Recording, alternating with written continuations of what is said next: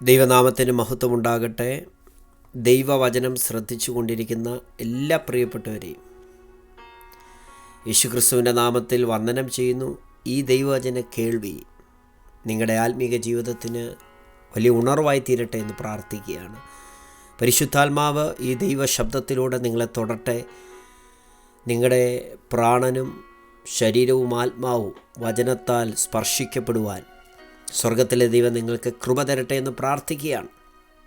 സ്വർഗത്തിൽ എന്നേക്കും സ്ഥിരമായിരിക്കുന്ന ദൈവത്തിൻ്റെ വചനം, ഇല്ലാത്തതിനെ ഉള്ളതുപോലെ വിളിച്ചു വരുത്തുന്ന ദൈവത്തിൻ്റെ വചനം. ദൈവവചനത്തിന് ശക്തിയുണ്ട്. ദൈവവചനത്തിന് നീക്കം വരില്ല. ആകാശം മാറും, ഭൂമി മാറും. ദൈവത്തിൻ്റെ വചനത്തിന് ഒരു നാളും മാറ്റമില്ല. മാറ്റമില്ലാത്ത ബന്ധനങ്ങളെ അഴിക്കുന്ന ദൈവത്തിൻ്റെ വചനം നിങ്ങളെ സഹായിക്കട്ടെ, നിങ്ങളെ ബലപ്പെടുത്തട്ടെ. ഫിലിപ്പ് ലേഖനം 3-ാം അധ്യായത്തിൻ്റെ 20-21 വാക്യങ്ങളാണ് ഇപ്പോൾ നാം ശ്രദ്ധിക്കാനായിട്ട് പോകുന്നത്. വളരെ പരിചയമുള്ള ഒരു വേദഭാഗമാണ്. ഫിലിപ്പ് ലേഖനം 3-ാം അധ്യായം 20-21. നമ്മുടെ പൗരത്വമോ സ്വർഗത്തിലാകുന്നു. അവിടെ നിന്ന് കർത്താവായ യേശുക്രിസ്തു രക്ഷിതാവായി വരുമെന്ന് നാം കാത്തിരിക്കുന്നു. അവൻ സകലവും തനിക്ക് കീഴ്പ്പെടുത്തുവാൻ കഴിയുന്ന തൻ്റെ വ്യാപാര ശക്തി കൊണ്ട് നമ്മുടെ താഴ്ചയുള്ള ശരീരത്തെ തൻ്റെ മഹത്വമുള്ള ശരീരത്തോട് അനുരൂപമായി രൂപാന്തരപ്പെടുത്തും. യേശു കർത്താവ് മടങ്ങി വരുമെന്നും മടങ്ങി വരുന്ന സമയത്ത് സംഭവിക്കുന്ന കാര്യം എന്താണെന്നും ഈ വേദഭാഗത്ത് എഴുതി വച്ചിരിക്കുക. ഫിലിപ്പിയിലുള്ള വിശ്വാസികളോട് പൗലോസ് പറയുകയാണ്, നമുക്ക് പൗരത്വമുള്ളത് ഈ ലോകരാജ്യങ്ങളിലൊന്നും അല്ല, നമുക്ക് പൗരത്വമുള്ളത് സ്വർഗത്തിലാണ്. നമ്മുടെ പൗരത്വം ഇരിക്കുന്നിടത്ത് നിന്ന് നമ്മുടെ കർത്താവായ യേശു ക്രിസ്തു നമ്മെ ചേർക്കുവാൻ രക്ഷിതാവായി വരുമെന്ന് നാം കാത്തിരിക്കുകയാണ്. ആ വരവിൽ, ആ രണ്ടാമത്തെ ക്രിസ്തുവിൻ്റെ വരവിൽ തൻ്റെ ജനത്തെ ചേർക്കുവാൻ താൻ വരുമ്പോൾ സംഭവിക്കുന്നൊരു കാര്യത്തെ 21-ാം വാക്യത്തിൽ രേഖപ്പെടുത്തിയിരിക്കുന്നു. അവിടാണ് നമ്മുടെ ഇന്നത്തെ ദൈവിക ദൂത് കിടക്കുന്നത്.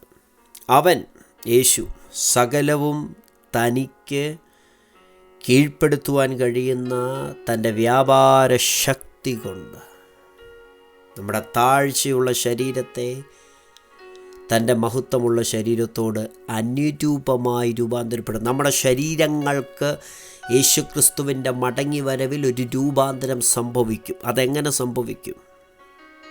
നമ്മുടെ താഴ്ചയുള്ള ശരീരമാണ്, രോഗമുള്ള ശരീരമാണ്. വൈറസ്, ബാക്ടീരിയ, ഫംഗസൊക്കെ എഫക്റ്റ് ചെയ്യുന്ന, ബാധിക്കുന്ന, അതിന് സ്വാധീനമുള്ള താഴ്ചയുള്ള ശരീരം, മൺമയമാകുന്ന ശരീരം, അഴിഞ്ഞു പോകുന്ന ശരീരം. ഈ ശരീരത്തെ മഹത്വമുള്ള ശരീരമാക്കി തീർക്കുന്നതിൻ്റെ പിന്നിൽ പ്രവർത്തിച്ച കാരണത്തെയാണ് ഫിലിപ്പ് ലേഖനം 3-21 പറയുന്നത്. അവിടെ കൊടുക്കുന്ന ശക്തിക്ക് കൊടുത്തിരിക്കുന്ന പേരാണ് സകലവും തനിക്ക് കീഴ്പ്പെടുത്തുവാൻ കഴിയുന്ന വ്യാപാര ശക്തി. ഇന്ന് ഈ മെസ്സേജ് കേൾക്കുന്ന പ്രിയമുള്ളവരെ, ദൈവത്തിൽ നിങ്ങൾക്ക് വിശ്വാസമുണ്ടെങ്കിൽ, യേശുക്രിസ്തുവിൽ നിങ്ങൾക്ക് വിശ്വാസമുണ്ടെങ്കിൽ, ഇന്ന് ദൈവത്തിൻ്റെ ശക്തിയിൽ നിങ്ങൾ വിശ്വസിക്കുക. ആമേൻ. എന്താ ദൈവശക്തിയുടെ പ്രത്യേകത? ഒരുപാട് പ്രത്യേകതകളെ ദൈവവചനത്തിൽ നമുക്ക് വായിക്കാൻ കഴിയും. എന്നാൽ ഇവിടെ വായിക്കുന്ന ദൈവശക്തിയുടെ ഏറ്റവും പരമപ്രധാനമായ പ്രത്യേകതയെക്കുറിച്ച് വായിക്കുന്നു. സകലവും, എന്നോട് ചേർന്നെന്ന് പറയാമോ? സകലവും തനിക്ക് കീഴ്പ്പെടുത്തുവാൻ കഴിയുന്ന തൻ്റെ വ്യാപാര ശക്തി. ഇംഗ്ലീഷ് ട്രാൻസ്ലേഷനിൽ ഇങ്ങനെ വായിക്കുന്നത്, the same power with which he will bring everything under his control. എല്ലാത്തിനെയും തൻ്റെ കൺട്രോളിലാക്കുവാൻ കഴിവുള്ള ദൈവത്തിൻ്റെ ശക്തി. ആമേൻ. 2 കൊരിന്ത്യർ ലേഖനം 4-ാം അധ്യായത്തിൻ്റെ 7-ാം വാക്യത്തിൽ അപ്പോസ്തലനായ പൗലോസ് ഈ ദൈവശക്തിക്ക് കൊടുത്തിരിക്കുന്ന പദപ്രയോഗം അത്യന്ത ശക്തി എന്നാണ്. അത്യന്ത ശക്തി. നമ്മൾ ബൈബിൾ മുഴുവൻ വായിക്കുമ്പോൾ ദൈവശക്തി എന്ന് പറയുന്നത് ദൈവത്തിൻ്റെ ആത്മാവിൻ്റെ ശക്തിയാണ്, ദൈവാത്മാവിൻ്റെ ശക്തിയാണ്. ദൈവാത്മാവ് ഒരുവൻ്റെ മേൽ വരുമ്പോൾ, ഒരു മനുഷ്യൻ്റെ മേൽ വരുമ്പോൾ, അവന് കഴിവില്ലാത്തവനായിരിക്കും, പ്രാപ്തിയില്ലാത്തവനായിരിക്കും, മിടുക്കില്ലാത്തവനായിരിക്കും, ഒരു സാധാരണക്കാരനായിരിക്കും. പക്ഷേ അവൻ്റെ മേൽ പരിശുദ്ധാത്മാവിൻ്റെ ശക്തി വരുമ്പോൾ അവൻ ഒരസാധാരണ വ്യക്തിയായി തീരുക. കാരണം അവനെ കൺട്രോൾ ചെയ്യുന്നത് ഈ അത്യന്ത ശക്തിയാണ്.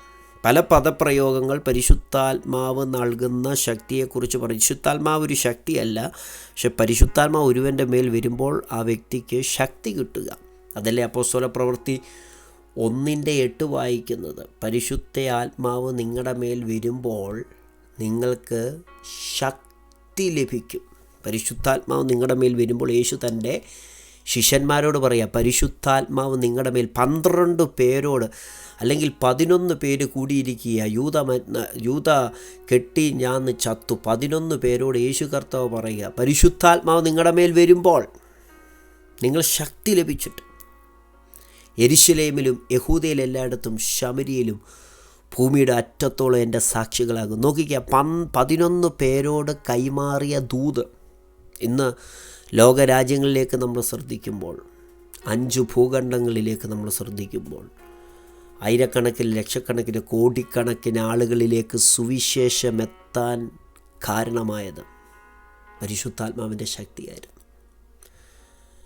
ആ ശക്തി ലഭിച്ചവരെ ഒതുക്കി കളയാൻ ആർക്കും കഴിഞ്ഞില്ല. മതത്തിന് കഴിഞ്ഞില്ല, സംഘടനകൾക്ക് കഴിഞ്ഞില്ല, രാഷ്ട്രീയ നേതാക്കന്മാർക്ക് കഴിഞ്ഞില്ല, മത നേതാക്കന്മാർക്ക് കഴിഞ്ഞില്ല, നിയമങ്ങൾക്ക് കഴിഞ്ഞില്ല, ബില്ലുകൾക്ക് കഴിഞ്ഞില്ല, ഒന്നിനും കഴിഞ്ഞില്ല. പരിശുദ്ധാത്മാവിൻ്റെ ശക്തി ഒരുവൻ്റെ മേൽ വന്നപ്പോൾ രാജ്യങ്ങൾ, ഭൂഖണ്ഡങ്ങൾ, പട്ടണങ്ങൾ, ദ്വീപുകളെല്ലാം തുറക്കപ്പെട്ടു. യെരുശലേമിൽ അവരെ ഒതുക്കി വെക്കാൻ കഴിഞ്ഞില്ല, യഹൂദിയിൽ എല്ലായിടത്തും മാത്രമാക്കി നിർത്താൻ കഴിഞ്ഞില്ല, ശമരിയിൽ ഒതുക്കി നിർത്താൻ കഴിഞ്ഞില്ല.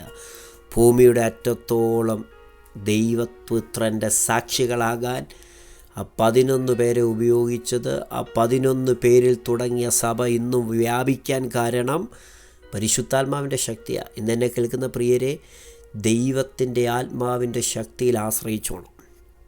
അത് അത്യന്ത ശക്തിയാണ്. ഈ ശക്തിയെ കൺട്രോൾ ചെയ്യാൻ ഈ ലോകത്ത് മറ്റൊരു ശക്തിയില്ല. 2 തെസ്സലോനിക്ക ലേഖനം 2:9 നമ്മൾ വായിക്കുമ്പോൾ സാത്താൻ്റെ വ്യാപാര ശക്തി എന്ന് കാണാൻ കഴിയുന്നുണ്ട്. വ്യാജത്തിൻ്റെ വ്യാപാര ശക്തി, ഭോഷ്ക് വിശ്വസിക്കുമാർ വ്യാജത്തിൻ്റെ വ്യാപാര ശക്തി. പക്ഷേ ഈ ഇരുട്ടിൻ്റെ വ്യാപാര ശക്തികളെ കീഴ്പ്പെടുത്തുന്നതാണ് ദൈവത്തിൻ്റെ പരിശുദ്ധാത്മാവിൻ്റെ ശക്തി. അതാ നമ്മൾ വായിച്ചത്, സകലവും തനിക്ക് കീഴ്പ്പെടുത്തുവാൻ കഴിയുന്ന തൻ്റെ വ്യാപാര ശക്തി. വിശ്വസിക്കാൻ കഴിയുന്നുണ്ടോ? നിങ്ങളുടെ മനസ്സിനെ കീഴ്പ്പെടുത്തുന്ന പല കാര്യങ്ങൾക്കും ഇന്ന് നിങ്ങൾ അടിമയായിരിക്കാം. ബൈബിൾ വായിക്കുന്നുണ്ട്, പ്രാർത്ഥിക്കുന്നുണ്ട്, യോഗങ്ങൾക്ക് പോകുന്നുണ്ട്, പക്ഷെ പലതും നിങ്ങളെ കീഴ്പ്പെടുത്തുന്നു അല്ലേ? സന്തോഷം നഷ്ടപ്പെടുത്തുന്നു, സമാധാനം നഷ്ടപ്പെടുത്തുന്നു, അസ്വസ്ഥതകളുണ്ടാകുന്നു, പിരിമുറുക്കങ്ങളുണ്ടാകുന്നു. പക്ഷേ ഇന്ന് ഈ വചനം കേൾക്കുമ്പോൾ സ്വർഗത്തിൽ എന്നേക്ക് സ്ഥിരമായിരിക്കുന്ന ദൈവത്തിൻ്റെ വചനം, ജീവനും ചൈതന്യമുള്ള ദൈവത്തിൻ്റെ വചനം, ഏതോ രാജ്യത്ത് ഏതോ മുറിയിലിരുന്ന് ഒരു വ്യക്തി പറയുന്ന വചനം നിങ്ങൾ പൂർണ്ണ ഹൃദയത്തോടെ വിശ്വസിക്കുമ്പോൾ നിങ്ങളുടെ വിഷയങ്ങളുടെ നടുവിൽ ജീവനായി അത് വ്യാപരിക്കുകയാണ്, ശക്തിയായി വ്യാപരിക്കുകയാണ്. കാരണം പറയുന്നത് ദൈവശക്തിയെക്കുറിച്ചാണ്. എന്താ ദൈവശക്തിയുടെ പ്രത്യേകത? സകലവും തനിക്ക് കീഴ്പ്പെടുത്തുവാൻ കഴിയുന്ന വ്യാപാര ശക്തി. ദൈവത്തിൻ്റെ കൺട്രോളിനകത്ത് കാര്യങ്ങളെ മാറ്റുവാൻ കഴിയുന്നതാണ് ദൈവത്തിൻ്റെ പരിശുദ്ധാത്മാവിൻ്റെ ശക്തി. ആമേൻ. ഈ ശക്തി ആർക്കു വേണ്ടിയാണ് വ്യാപരിക്കുന്നത്, പ്രവർത്തിക്കുന്നത്? ഈ ശക്തി പ്രവർത്തിക്കുന്നത് വിശ്വസിക്കുന്നവർക്ക് വേണ്ടിയാണ്. യേശുവിൽ വിശ്വസിക്കുന്നവർക്ക് വേണ്ടി, വചനത്തിൽ വിശ്വസിക്കുന്നവർക്ക് വേണ്ടി, പരിശുദ്ധാത്മാവിൻ്റെ ശക്തിയിൽ അകമഴിഞ്ഞ് വിശ്വസിക്കുന്നവർക്ക് വേണ്ടിയാണ് ഈ ശക്തി വ്യാപരിക്കുന്നത്. നിങ്ങൾ ഈ മെസ്സേജ് കേൾക്കുമ്പോൾ ദൈവശക്തിക്ക് സകലതിനെയും കീഴ്പ്പെടുത്തുവാൻ കഴിയുമെന്ന് നിങ്ങൾ വിശ്വസിക്കുമ്പോൾ നിങ്ങൾക്ക് വേണ്ടി ദൈവശക്തി വ്യാപരിക്കും, പ്രവർത്തിക്കും. വ്യാപരിക്കും എന്ന് പറഞ്ഞാൽ പ്രവർത്തിക്കും. അസാധ്യമായിരിക്കും നിങ്ങളുടെ കാര്യം, പക്ഷേ ദൈവശക്തി നിങ്ങൾക്ക് വേണ്ടി ചലിക്കുമ്പോൾ അസാധ്യങ്ങൾ സാധ്യമായി തീരും, ഇല്ലാത്തത് ഉണ്ടായി വരും. ആമേൻ.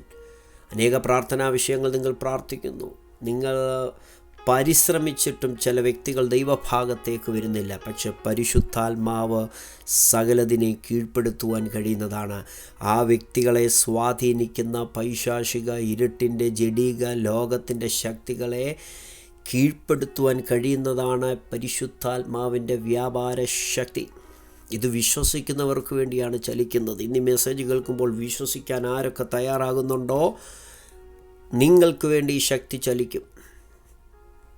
എഫേസ്യലേഖനം 1:19 വിശ്വസിക്കുന്ന നമുക്ക് വേണ്ടി വ്യാപരിക്കുന്ന അവൻ്റെ ശക്തിയുടെ അളവറ്റ വലിപ്പം ഇന്നതെന്ന് നിങ്ങൾ അറിയേണ്ടതിന് പ്രാർത്ഥിക്കുന്നു. കണ്ടോ, എത്രയോ ശ്രേഷ്ഠമായ പദപ്രയോഗങ്ങളാണ് പൗലോസ് അവിടെ രേഖപ്പെടുത്തിയിരിക്കുന്നത്.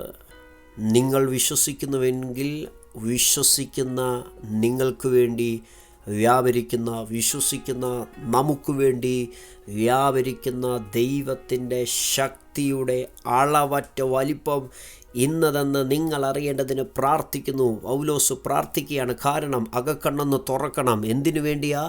ദൈവശക്തിയുടെ അളവറ്റ വലിപ്പം ഇന്നതെന്ന് തിരിച്ചറിയാൻ. നീ മെസ്സേജ് കേൾക്കുന്ന പ്രിയരെ, ദൈവശക്തി അളക്കാൻ നമ്മുടെ ബുദ്ധിക്ക് കഴിയത്തില്ല. നമുക്ക് ബുദ്ധിക്കതീതമായ വൻ കാര്യങ്ങളെ ചെയ്യാൻ നമ്മിൽ വ്യാപരിക്കുന്ന ശക്തിക്ക് കഴിയും. അതാണ് എഫേസ്യലേഖനം 3:20 പൗലോസ് പറയുന്നത്. എന്നാൽ നാം ചോദിക്കുന്നതിലും നനയ്ക്കുന്നതിലും അത്യന്തം പരം ചെയ്യുവാൻ നമ്മിൽ വ്യാപരിക്കുന്ന ശക്തിയാൽ കഴിയും. അകത്തെ മനുഷ്യനെ സംബന്ധിച്ചുള്ള കാര്യം പറഞ്ഞിട്ട് പറയുക. നമ്മൾ ചോദിക്കുന്നു ചില കാര്യങ്ങൾ ദൈവത്തോടല്ലേ, നമ്മൾ നനയ്ക്കുന്നു ചില കാര്യങ്ങൾ ചിന്തിക്കുന്നു. പക്ഷെ ദൈവം പ്രവർത്തിക്കുന്ന നമ്മൾ ചോദിക്കുന്ന പോലല്ല. ദൈവശക്തി നമുക്ക് വേണ്ടി പ്രവർത്തിക്കുന്നത് നമ്മൾ ചോദിക്കുന്ന അളവിലല്ല, നനയ്ക്കുന്ന അളവിലല്ല, ചോദിക്കുന്നതിനേക്കാൾ. വിശ്വസിക്കാൻ പറ്റുന്നുണ്ടോ? നനയ്ക്കുന്നതിനേക്കാൾ അത്യന്തം പരം ചെയ്യാൻ ദൈവശക്തിക്ക് കഴിയും. നിങ്ങളൊരുപക്ഷെ പ്രാർത്ഥിച്ചത് ദൈവമേ ഈ വർഷം മുഴുവൻ ബൈബിൾ വായിച്ച് തീർക്കാൻ സഹായിക്കണമെന്നായിരിക്കും. ഈ വർഷം നിങ്ങൾ ദൈവത്തോട് പ്രാർത്ഥിച്ച അല്ലെങ്കിൽ ചിന്തിച്ചത് ഒരു ട്രാക്റ്റ് കൊടുക്കാനായിരിക്കാം. എന്നാൽ നിങ്ങൾ ചിന്തിച്ചതിനേക്കാൾ അത്യന്തം പരമായി നിങ്ങളുടെ സ്പിരിച്വൽ ലൈഫിന് വേണ്ടി, നിങ്ങളുടെ ആത്മീക ജീവിതത്തിന് വേണ്ടി, ദൈവവുമായിട്ടുള്ള ബന്ധത്തിന് വേണ്ടി ചോദിക്കുന്നതിനേക്കാൾ നനയ്ക്കുന്നതിനേക്കാൾ അത്യന്തം പരം ചെയ്യാൻ നമ്മിൽ വ്യാപരിക്കുന്ന ശക്തിക്ക് കഴിയും. ഇന്ന് മെസ്സേജ് കേൾക്കുമ്പോൾ വിശ്വസിക്കാൻ നിങ്ങൾ തയ്യാറാണെങ്കിൽ ഞാൻ ആത്മാവിൽ ഈ വചനത്തിൻ്റെ ബേസിൽ നിന്നുകൊണ്ട് പറയുന്നു, ദൈവശക്തിയിൽ ആരൊക്കെ അകമഴിഞ്ഞ് വിശ്വസിക്കുന്നോ ആ ദൈവശക്തി ചോദിക്കുന്നതിനേക്കാൾ നനയ്ക്കുന്നതിനേക്കാൾ അത്യന്തം പരം വിശ്വസിക്കുന്നവർക്ക് വേണ്ടി വ്യാപരിക്കുന്നതാണ് ദൈവത്തിൻ്റെ ശക്തി. ആമേൻ. ഈ വർഷം നിങ്ങൾ ചോദിച്ചതിനേക്കാൾ നനച്ചതിനേക്കാൾ നിങ്ങളുടെ സ്പിരിച്വൽ ലൈഫിന് വേണ്ടി ചെയ്യാൻ പരിശുദ്ധാത്മാവിൻ്റെ ശക്തി മതിയായതാണ്. 2 പത്രോസ് ലേഖനം 1:3 പറയുന്നു, തൻ്റെ മഹത്വത്താലും വീര്യത്താലും നമ്മെ വിളിച്ചവൻ്റെ പരിജ്ഞാനത്താൽ അവൻ്റെ ദിവ്യശക്തി ജീവനും ഭക്തിക്കും വേണ്ടിയതൊക്കെയും നമുക്ക് ദാനം ചെയ്തിരിക്കുന്നു. അപ്പോൾ ദൈവശക്തിയാണ് നമ്മുടെ ആത്മീക ഭൗതിക ആവശ്യങ്ങളെല്ലാം നിവർത്തീകരിക്കുന്നത്. കേട്ടോ, ഭാരപ്പെടേണ്ട, നിരാശപ്പെടേണ്ട. ദൈവശക്തിയിൽ സ്വയം ആശ്രയിക്കുക. സാഹചര്യങ്ങളെ തിരിക്കുവാൻ, നിങ്ങളെക്കുറിച്ചുള്ള ദൈവത്തിൻ്റെ പദ്ധതി നിങ്ങളിൽ പൂർത്തീകരിക്കുവാൻ, സകലതും കീഴ്പ്പെടുത്തുവാൻ കഴിയുന്ന വ്യാപാര ശക്തിക്ക് കഴിയും. ഒരു ദൈവ പൈതലിനെ സഹായിക്കുന്നത് ദൈവത്തിൻ്റെ ശക്തിയാണ്. അപ്പോസ്തലന്മാരെക്കുറിച്ച് അവരിലൂടെ വലിയ കാര്യങ്ങൾ ചെയ്തത് അവരിൽ വ്യാപരിച്ച പരിശുദ്ധാത്മാവിൻ്റെ ശക്തിയാണ്. ഓരോ അത്ഭുതങ്ങൾ ചെയ്യുമ്പോൾ അവർ പറയും, ഞങ്ങളുടെ സ്വന്തം ശക്തി കൊണ്ടോ ഭക്തി കൊണ്ടോ ഒന്നുമല്ല ഞങ്ങളിത് ചെയ്തത്, ഞങ്ങളുടെ അകത്ത് വ്യാപരിക്കുന്ന ദൈവശക്തി കൊണ്ടാണ്. അതേ പ്രിയരെ, യേശുവിനെ പരിശുദ്ധാത്മാവിനാലും ശക്തിയാലും അഭിഷേകം ചെയ്ത ദൈവം, നിങ്ങൾ പ്രാർത്ഥിക്കുന്നുവെങ്കിൽ, നിങ്ങൾ വിശ്വസിക്കുന്നുവെങ്കിൽ പരിശുദ്ധാത്മാവിനാലും ശക്തിയാലും അഭിഷേകം ചെയ്യുന്നൊരു ദൈവമുണ്ട്. ഞാൻ വിശ്വസിക്കുന്നു ഈ ദൂത് പരിശുദ്ധാത്മാവിൻ്റെ അതരത്തിലൂടെ നിങ്ങളോട് പറയാൻ പറഞ്ഞെങ്കിൽ ഇത് വിശ്വസിക്കുന്ന ചിലർക്ക് വേണ്ടി അല്ല, വിശ്വസിക്കുന്ന സകല വ്യക്തികൾക്കും വേണ്ടി ഈ വചനം വ്യാപരിക്കാൻ പോവുകയാണ്. സകലതും കീഴ്പ്പെടുത്തുന്ന തൻ്റെ വ്യാപാര ശക്തി യേശുക്രിസ്തുവിൻ്റെ രണ്ടാം വരവിൽ നമ്മുടെ ഈ ശരീരത്തെ രൂപാന്തരപ്പെടുത്തുന്നത്, നമ്മളെ മധ്യാകാശത്തിലേക്ക് എടുക്കുന്നത് പരിശുദ്ധാത്മാവിൻ്റെ ശക്തിയാണ്. സകലതിനെ കീഴ്പ്പെടുത്തുവാൻ കഴിയുന്ന തൻ്റെ വ്യാപാര ശക്തിയെടുത്ത് അയച്ച് നമ്മുടെ താഴ്ചയുള്ള ശരീരത്തെ മഹത്വമുള്ള തേജസ്കരിക്കപ്പെട്ട ശരീരമാക്കി മാറ്റുന്നത് പരിശുദ്ധാത്മാവിൻ്റെ ഇടപെടലാണ്. അപ്പോൾ യേശുക്രിസ്തുവിൻ്റെ രണ്ടാമത്തെ വരവിൽ പരിശുദ്ധാത്മാവിൻ്റെ ഇടപെടലുണ്ട്. പരിശുദ്ധാത്മാവ് ഈ ഭൂമിയിലുള്ളത് കൊണ്ടാണ് എതിർ ക്രിസ്തു വെളിപ്പെട്ട് വരാത്തത്.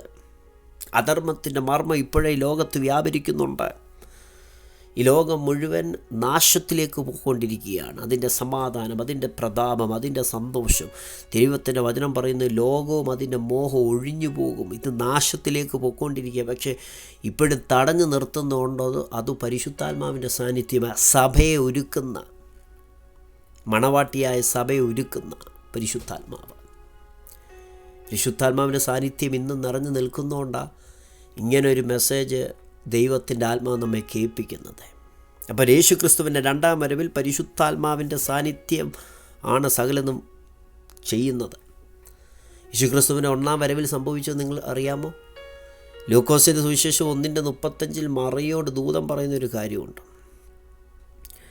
നീ ഗർഭം ധരിച്ച് മകനെ പ്രസവിക്കുമെന്നൊക്കെ പറയുമ്പോൾ മറിയ ദൂതനോട് പറയുക, ഇതെങ്ങനെ സംഭവിക്കുമെന്ന് പറഞ്ഞു. പുരുഷനെ അറിയത്തില്ല, ഇതെങ്ങനെ സംഭവിക്കും. അപ്പോൾ ദൂതൻ പറയാം, പരിശുദ്ധാത്മാവ് നിൻ്റെ മേൽ വരും. നീ ചോദിക്കുന്നില്ല എങ്ങനെ നടക്കും, ഇതെങ്ങനെ നടക്കുമെന്ന്. ഒരു ദൂത് പറഞ്ഞു വിട്ട് പോകുമ്പോൾ മറിയ ചോദിക്കും, ഇതെങ്ങനെ നടക്കും? എൻ്റെ ബുദ്ധി കൊണ്ട്, എൻ്റെ ശക്തി കൊണ്ട്, എൻ്റെ അറിവ് കൊണ്ട്, എനിക്കറിയാവുന്ന എക്സ്പീരിയൻസ് കൊണ്ട് നടക്കും തോന്നില്ല. ദൂതൻ പറയുക, പരിശുദ്ധാത്മാവ് നിൻ്റെ മേൽ വരും. അടുത്ത പദം, അത്യുന്നതൻ്റെ ശക്തി നിൻ്റെ മേൽ നിഴലിടും. നീ ചോദിക്കുന്നില്ല എങ്ങനെ നടക്കുന്നെന്ന്. ഒറ്റ ഉത്തരവേ ഉള്ളൂ, പരിശുദ്ധാത്മാവ് വരും. അത്യുന്നതൻ്റെ ശക്തി നിൻ്റെ മേൽ നിഴലിടും. വിശ്വസിക്കാൻ കഴിയുന്നുണ്ടോ? ഇന്ന് ആരൊക്കെ ഈ വചനത്തിന് മുമ്പാകെ സമർപ്പിക്കുന്നുണ്ടോ, നിങ്ങൾക്ക് വേണ്ടി പരിശുദ്ധാത്മാവ് ചലിക്കാൻ പോവുകയാണ്. ഞാൻ വിശ്വസിക്കുന്നു സകലതും കീഴ്പ്പെടുത്തുന്ന തൻ്റെ വ്യാപാര ശക്തി അയക്കുന്ന ഒരു ദൈവമുണ്ട്. പ്രാർത്ഥിക്കുന്ന വിഷയത്തിനകത്ത് ദൈവശക്തി ചലിക്കാൻ പോവുകയാണ്. നിങ്ങളിരിക്കുന്ന മുറിക്കകത്ത്, ഒരുപക്ഷെ ബെഡ്റൂമിൽ ഇരുന്നു കൊണ്ട്, കിടന്നുകൊണ്ട്, ഒരുപക്ഷെ വാഹനത്തിൽ യാത്ര ചെയ്തുകൊണ്ട്, ജോലി സ്ഥലത്ത്, നിങ്ങളായിരിക്കുന്ന റൂമിൽ, ഏത് സാഹചര്യത്തിലായാലും സകലതും കീഴ്പ്പെടുത്താൻ കഴിയുന്ന ദൈവത്തിൻ്റെ വ്യാപാര ശക്തി. ഏതൊക്കെ മനുഷ്യരീ ശക്തിയിൽ പൂർണ്ണമായി ആശ്രയിച്ചിട്ടുണ്ടോ, ആരൊക്കെ ഈ ശക്തിയിൽ ശരണപ്പെട്ടിട്ടുണ്ടോ, അവരെയെല്ലാം ഈ ശക്തി ഉപയോഗിച്ചിട്ടുണ്ട്. സാധാരണക്കാരായ മുക്കുവന്മാരായ വിദ്യാഭ്യാസമില്ലാത്ത അപ്പോസ്തോലന്മാരെ കൊണ്ട് ലോകത്തെ കീഴ്മേൽ മറിക്കുന്ന വ്യക്തികളാക്കി തീർത്തത് പരിശുദ്ധാത്മാവിൻ്റെ ശക്തിയാണ്, ദൈവശക്തിയാണ്. ദൈവശക്തി എന്താണെന്ന് മനസ്സിലാക്കുക. പരിശുദ്ധാത്മാവെ, അങ്ങയുടെ ശക്തി എനിക്ക് തരണമേ എന്ന് പ്രാർത്ഥിക്കുക. നിൻ്റെ പ്രതിസന്ധി മാറിപ്പോകാൻ നീ പ്രാർത്ഥിക്കണ്ട. ആ പ്രതിസന്ധിയെ അതിജീവിക്കാനുള്ള ദൈവശക്തിക്ക് വേണ്ടി നീ പ്രാർത്ഥിക്കുക. ഈ ശക്തി വരുമ്പോൾ സാധാരണ കാര്യങ്ങൾ സാധാരണക്കാരെ കൊണ്ട് ചെയ്യിക്കാൻ ഈ ശക്തിക്ക് കഴിയും. ഈ ശക്തി സകലതും കീഴ്പ്പെടുത്തുന്ന വ്യാപാര ശക്തിയാണ്. ഇത് വിശ്വസിക്കുന്നവർക്ക് വേണ്ടി ചലിക്കുന്ന ശക്തിയാണ്. ഹല്ലേലൂയ. എത്രത്തോളം ദൈവശക്തിയിൽ ആശ്രയിക്കാൻ നമുക്ക് കഴിയുന്നുണ്ടോ, അത്രത്തോളം നമ്മൾ ദൈവത്താൽ ഉപയോഗിക്കപ്പെടും. എത്രത്തോളം ഈ ശക്തിയിൽ നമ്മൾ സ്വയം സമർപ്പിക്കുന്നുണ്ടോ, അത്രത്തോളം ദൈവമഹത്വം നമ്മിൽ ഇറങ്ങും. ഒരുപക്ഷെ ആരും നമുക്ക് സപ്പോർട്ടില്ലായിരിക്കും, ആരും നമ്മെ സഹായിക്കാനില്ലായിരിക്കും. പക്ഷെ പരിശുദ്ധാത്മാവ് നമ്മെ സഹായിക്കും. നല്ല പാരാക്ലീറ്റോസാണ്, നല്ല അഡ്വക്കേറ്റാണ്, നല്ല കാര്യസ്ഥനാണ്. യേശു കർത്താവ് ഈ ഭൂമിയിൽ നിന്ന് പോയപ്പോൾ പറഞ്ഞത്, ഞാൻ പോകുന്നത് നിങ്ങൾക്ക് പ്രയോജനം, ഞാൻ പോകാഞ്ഞാൽ കാര്യസ്ഥൻ നിങ്ങളുടെ അടുക്കൽ വരത്തില്ല. അവൻ വന്നാൽ പാപത്തെക്കുറിച്ച്, നീതിയെക്കുറിച്ച്, ന്യായവിധിയെക്കുറിച്ച് ലോകത്തിന് ബോധം വരുത്തുന്ന ദൈവം. ഹല്ലേലൂയ. പരിശുദ്ധാത്മാവെ, ഞാൻ അങ്ങിൽ ആശ്രയിക്കുന്നതെന്ന് പറയാമോ? സകലതിനെയും കീഴ്പ്പെടുത്തുവാൻ കഴിയുന്നതാണ് അങ്ങയുടെ വ്യാപാര ശക്തിയെന്ന് ഞാൻ ഇന്ന് കേട്ടു. എന്നെ കീഴ്പ്പെടുത്തുവാൻ ശ്രമിക്കുന്ന പലതും എൻ്റെ ജീവിതത്തിൽ ഇന്നുണ്ട്. പക്ഷേ ഞാൻ ആത്മാവിലായി കഴിയുമ്പോൾ, ഞാൻ പരിശുദ്ധാത്മ നിറവിലായി കഴിയുമ്പോൾ ഞാൻ അതിനെ അതിജീവിക്കും.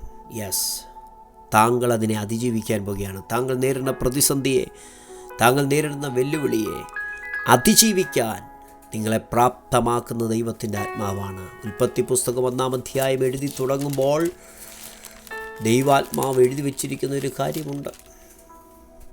ആദിയിൽ ദൈവാകാശവും ഭൂമി സൃഷ്ടിച്ചു. ഭൂമി പാഴായും ശൂന്യമായിരുന്നു. ആഴത്തിൻ്റെ മീതെ ഇരുളുണ്ടായിരുന്നു.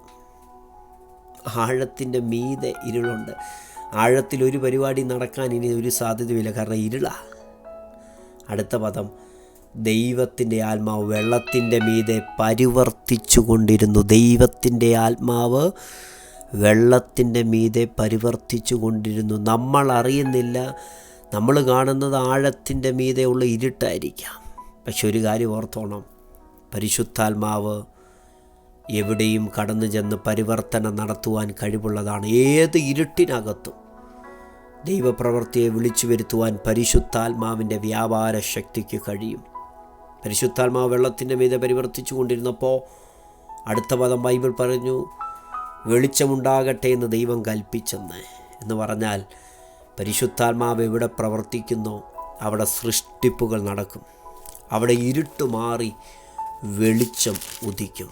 പരിശുദ്ധാത്മാവ് എവിടെ പ്രവർത്തിക്കുന്നോ അവിടെ സൃഷ്ടിപ്പ് നടക്കും. നിങ്ങളുടെ ജീവിതത്തിനകത്ത് പരിശുദ്ധാത്മാവിനെ നിങ്ങളുടെ ജീവിതത്തെ വിട്ടുകൊടുക്കുന്നുവെങ്കിൽ, ആത്മസ്വഭാവമുള്ളവരായി പരിശുദ്ധാത്മാവെ എന്നെ നയിക്കണമേ, പരിശുദ്ധാത്മാവെ എൻ്റെ ജീവിതത്തെ ഏറ്റെടുക്കണമേ, എൻ്റെ സ്വഭാവത്തെ ഏറ്റെടുക്കണം നിങ്ങൾ പ്രാർത്ഥിക്കുന്നുവെങ്കിൽ നിശ്ചയമായിട്ടും പരിശുദ്ധാത്മാവ് നിങ്ങളുടെ ജീവിതത്തെ നയിക്കും. ചില സൃഷ്ടിപ്പുകൾ നടത്തും, ഇരുട്ടിനെ വെളിച്ചമാക്കും. നമുക്ക് ഒരുമിച്ച് പ്രാർത്ഥിക്കാം. പരിശുദ്ധാത്മാവിന് ബൈബിൾ കൊടുത്തിരിക്കുന്ന പദം സകലതും കീഴ്പ്പെടുത്തുവാൻ കഴിയുന്ന തൻ്റെ വ്യാപാര ശക്തി. ഇത് അത്യന്ത ശക്തിയാണ്. ഇത് വിശ്വസിക്കുന്നവർക്ക് വേണ്ടിയാണ് വ്യാപരിക്കുന്നത്. എഫേസ്യ ലേഖനം 6:10 പറയുന്നു, ഒടുവിൽ കർത്താവിലും അവൻ്റെ അമിത ബലത്തിലും ശക്തിപ്പെടുവീൻ. ഏറ്റവും കൂടുതൽ താങ്കൾക്കിപ്പോൾ ആവശ്യം പരിശുദ്ധാത്മാവിൻ്റെ ശക്തിയിൽ ആശ്രയിക്കുക എന്നുള്ളതാണ്. യേശുവിൻ്റെ 1-ാമത്തെ വരവും 2-ാമത്തെ വരവിലും പരിശുദ്ധാത്മാവിൻ്റെ ഇൻവോൾവ്മെൻ്റ് ഉണ്ടെങ്കിൽ നമ്മുടെ ജീവിതത്തിൽ എത്ര അധികം ആ ശക്തിയിൽ സമർപ്പിക്കണം. നമുക്ക് ഒരുമിച്ച് പ്രാർത്ഥിക്കാം. പരിശുദ്ധ പിതാവേ, അനുഗ്രഹിക്കപ്പെട്ട നല്ല സമയത്തിനായി സ്തോത്രം ചെയ്യുന്ന ലോകരാജ്യങ്ങളിൽ ഇരുന്നു കൊണ്ട് ദൈവവചനത്തിൽ ശ്രദ്ധ കൊടുത്ത എല്ലാ വ്യക്തികളെയും സമർപ്പിച്ച് പ്രാർത്ഥിക്കുകയാണ്. പരിശുദ്ധാത്മാവെ, അങ്ങ് നൽകുന്ന ശക്തിയിൽ മുൻപോട്ട് പോകാൻ ഞങ്ങൾക്ക് കൃപ തരണേ. അത് അത്യന്ത ശക്തിയാണല്ലോ. അത് സകലതും കീഴ്പ്പെടുത്തുവാൻ കഴിയുന്ന വ്യാപാര ശക്തിയാണല്ലോ. അത് വിശ്വസിക്കുന്നവർക്ക് വേണ്ടി വ്യാപരിക്കുന്നതാണല്ലോ.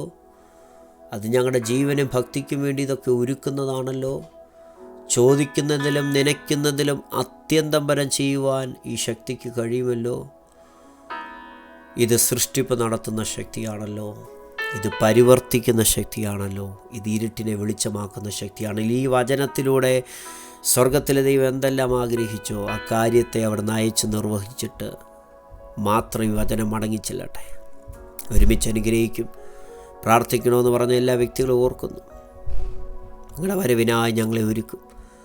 യേശുവിൻ നാമത്തിൽ ആമേൻ.